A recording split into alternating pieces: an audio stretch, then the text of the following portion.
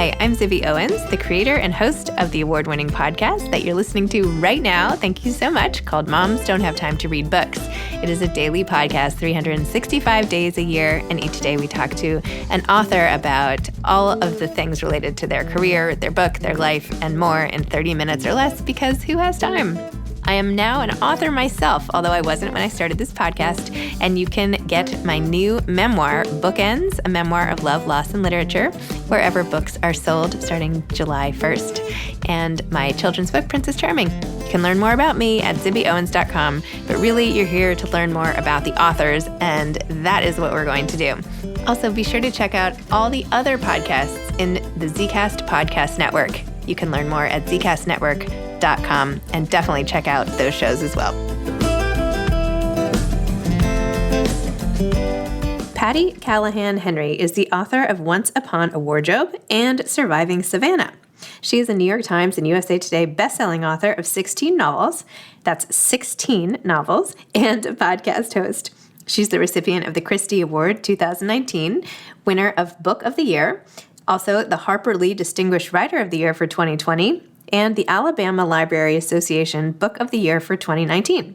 She is the co-host and co-creator of the popular weekly online Friends Fiction live web show and podcast, which, by the way, I was a guest on, and it was so nice of them to have me. Patti is also a contributor to the monthly life lesson essay column for Parade magazine. A full-time author and mother of three, she now resides in Mountain Brook, Alabama, and Bluffton, South Carolina, with her husband.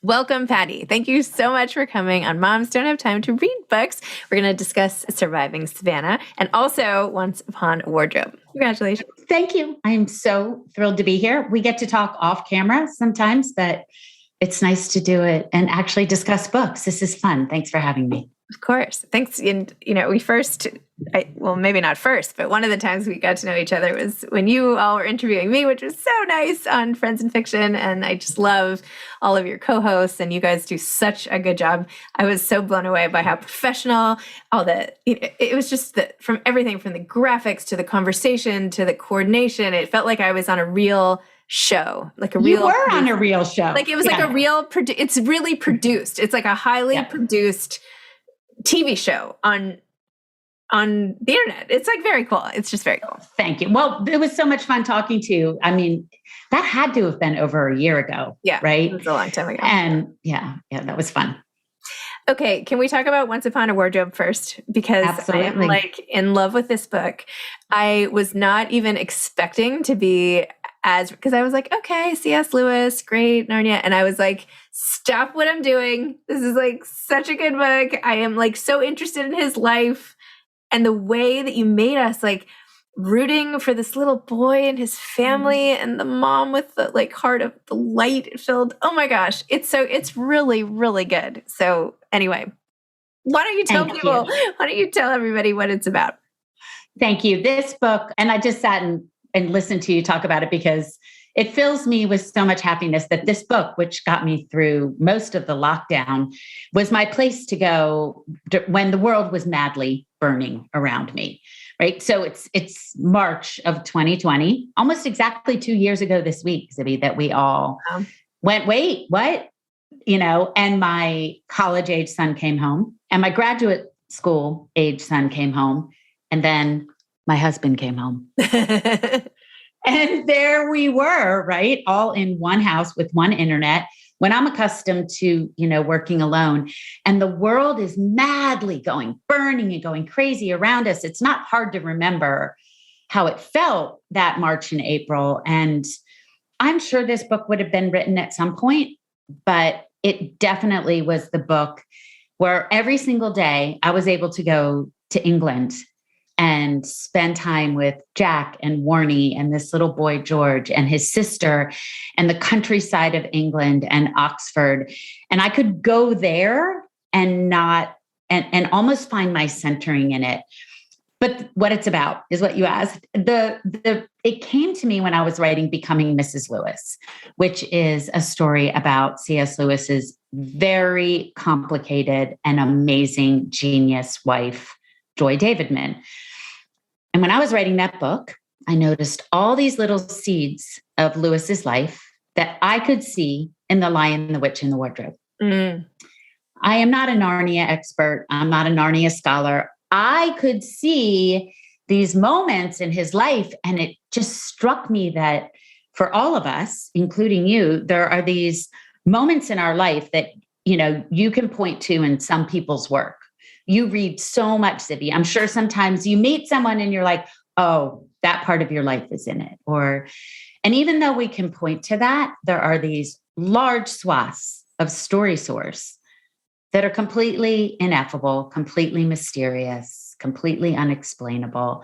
You can't really answer the question, where did that story come from? No matter how many angles you come at it from. So I imagined a little boy who was ill and obsessed with The Lion, the Witch, and the Wardrobe in the year it came out of 1950. And he asked his sister, who went to Oxford, to track down the author who taught at Oxford and ask him where Narnia came from. She wanted a simple answer, and instead he told her stories from his life. Which were amazing. I mean, so did you know any of this? Did you research? Was this all true? Like, was he really missing joints in his thumb? I meant to Google if that was true. Yes, all true. All of that is true. So I learned some of it when I was writing the book about Joy, but when I started writing this book, after I picked the 7 events, I wanted to narrate, not tell you that I wanted to narrate through George's eyes. Yep. Once I picked those 7, then I did a really deep dive and found things like he was bad at sports because he was missing a digit in his thumbs, which sent him to sketching and writing and drawing. Yeah. So these are the things that when we find out about these small moments in an author's or person's life that changes the direction of their life, I just think it's fascinating. It's absolutely fascinating. I love how he and his brother really together made these whole worlds. What was it called? Nexor or something like that? I got it right. Boxen. Boxen. Sorry. Boxen. Yeah. How they had this whole other world, and it was almost like this Animal Land meets like this fusion of both of their imaginations as the precursor to what becomes Narnia, and how it's just them like using their brains. And this is mind blowing for kids today, thinking of what goes on in my house, right? That this is what comes. And even just the notion of like, well, where does it come from? And even Meg's who's like, well, you can't, there's no answer. And then of course, C.S. Lewis Jack is just like, well, of course, that's not true. Like it's very real, especially the part where where Meg says, well, it's, I don't read it. It's for kids. And he was like, no. Like, this is not a kid's book. What was your experience of reading The Lion, the Witch, and the Wardrobe originally? Like, did you have a special place in your heart for it? Or was it just great fodder for a novel like this?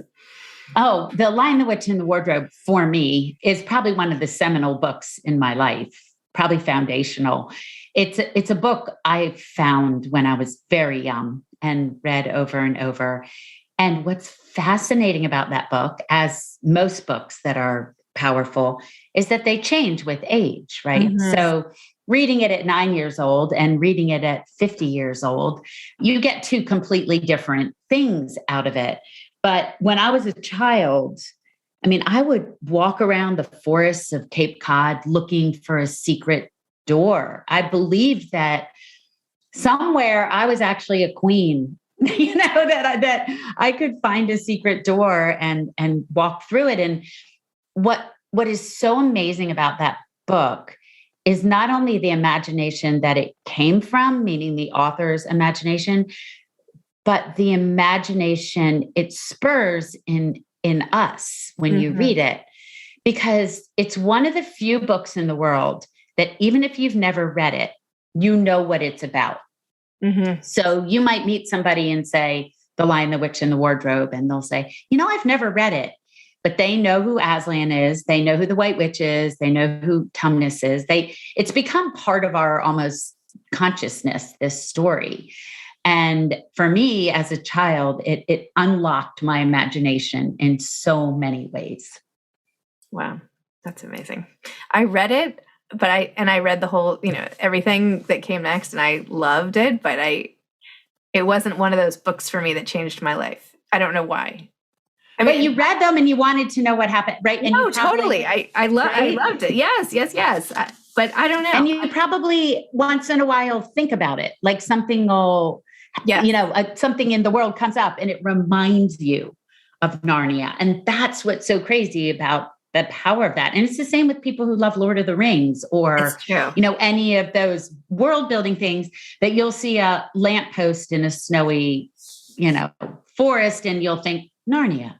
Like how many books do that? Hardly any. It's so true. It's so true.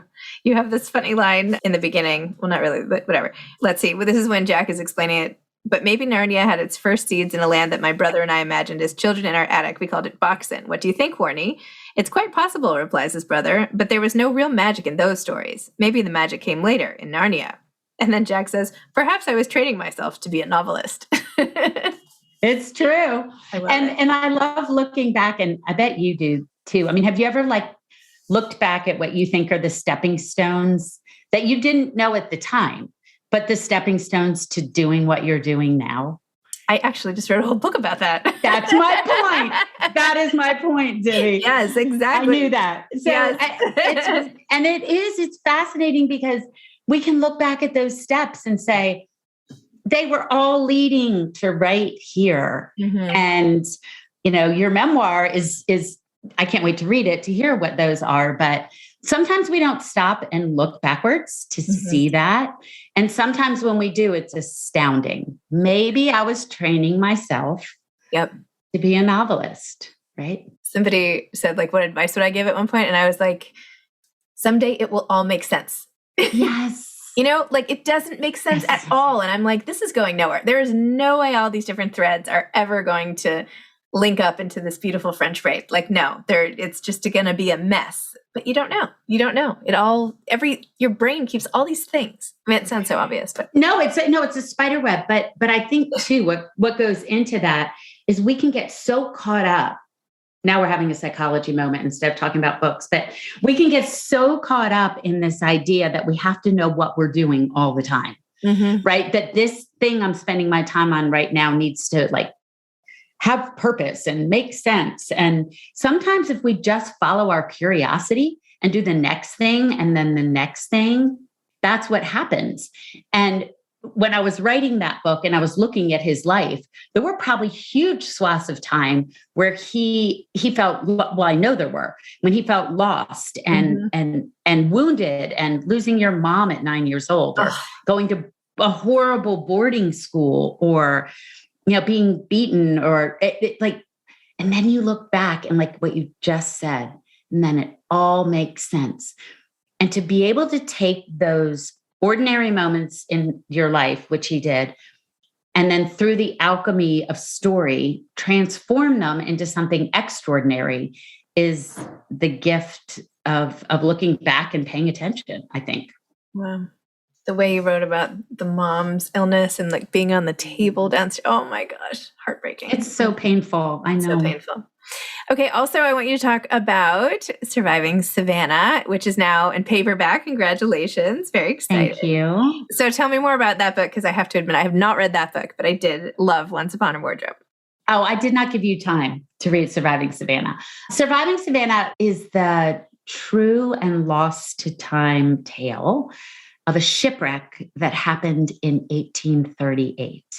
And I found out about it about 8 or 9 years ago when a pal of mine in Bluffton, South Carolina said, this feels like your kind of story. It is only 4 women survived.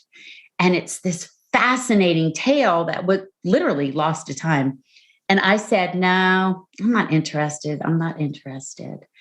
And then about 5 years later, I said, I'm just going to look it up because it is starting to sound interesting. And by then I was writing historical fiction. So I plugged it into the computer, looking up this ship after doing some reading, and a headline popped up that said, SS Pulaski, which is the name of the ship,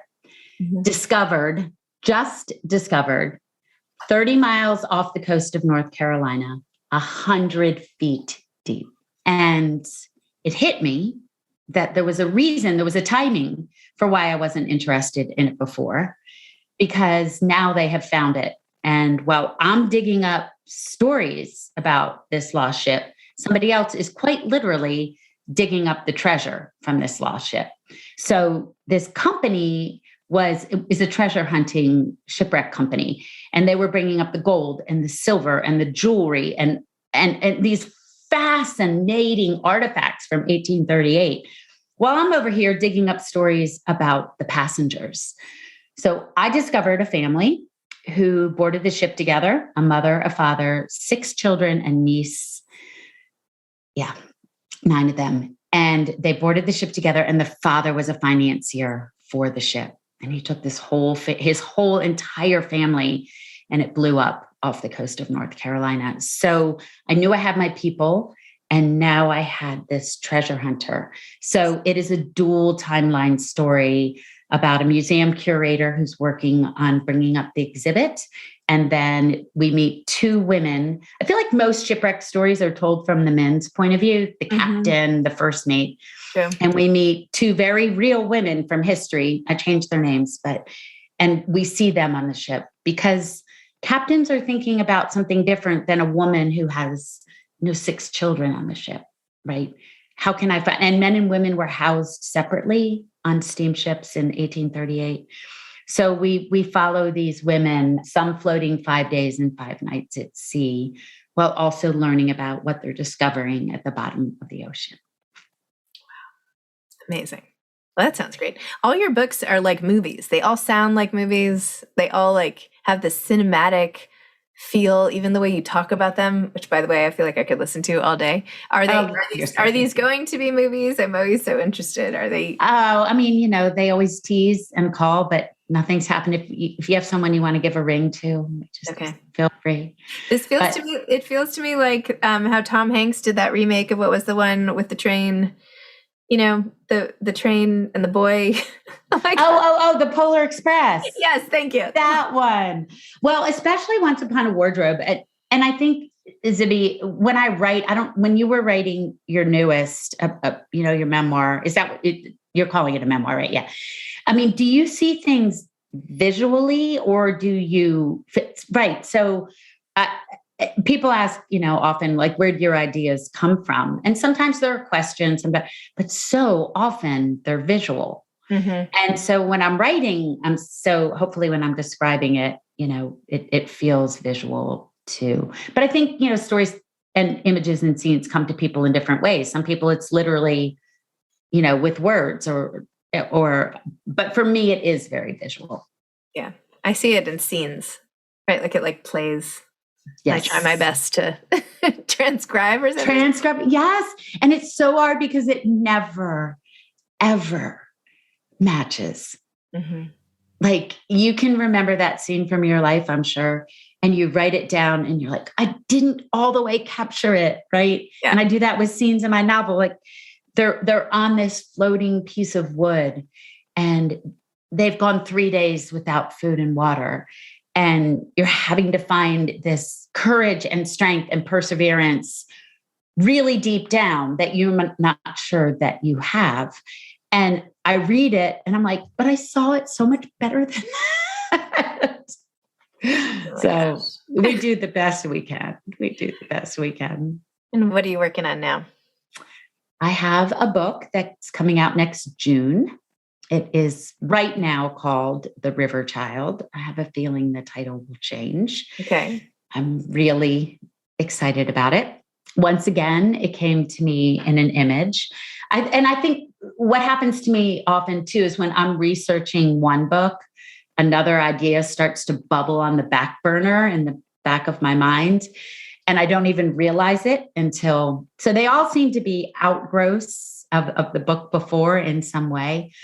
But when I was writing Once Upon a Wardrobe, one of the 7 events in that book, as you know, is when children were sent away to the country to live with other people and leave London or Lancaster or any of the large cities so they could be safe. And it has the strangest name. It was called Operation Pied Piper. And if you know anything about the Pied Piper legend, it is about a piper who plays a flute and leads the children out of a town to drown. they all die. Everybody in the legend dies except a child who is blind and doesn't follow him. So, it's a legend and lore that's based on a myth out of Germany, but also based on like, it has all kind of, moral code in it, as most of those do. But I became fascinated with why would they name an operation, or they would call it a scheme in England, to save children from bombs and name it the Pied Piper. So that got my wheels turning. And I imagined, and this is what it's about, two little girls named Hazel and Flora, who are sisters. And the older sister, I'm still learning to talk about this book because it's brand new. That's okay. The older sister, Hazel, keeps the younger sister, who's 5, Flora, safe and comforted with a fairy tale she makes up. So she makes up a fairy tale land that only the two of them know about. So when things are rough or they're missing their family, they go to this secret land called Whisperwood and the River of Stars. And a year goes by. They're living with a lovely family. Some children didn't get lovely families. They were living in a small town outside of Oxford, England, called Binsey, which has its own legend and lore. And during the Blitz, the little sister disappears. It is assumed she drowned in the river. And then we flash to 20 years later, and the older sister is working in an antiquarian bookshop in London, and a book crosses her path in the back room.